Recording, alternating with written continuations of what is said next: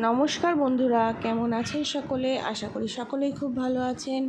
আজকে আমি বাংলা এক সংখ্যাটি দিয়ে একটি মাছ ড্রয়িং করে আপনাদেরকে দেখাচ্ছি।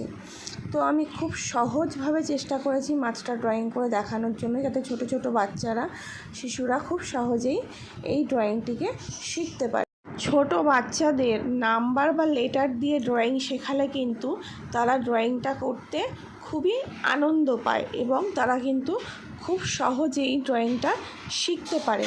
তাই আপনারা চেষ্টা করবেন বাচ্চাদের সবসময় সহজ পদ্ধতিতে লেটার বা নাম্বার দিয়ে ড্রয়িংগুলি করানোর জন্য। এতে কিন্তু তারা খুব উৎসাহিতও হয়।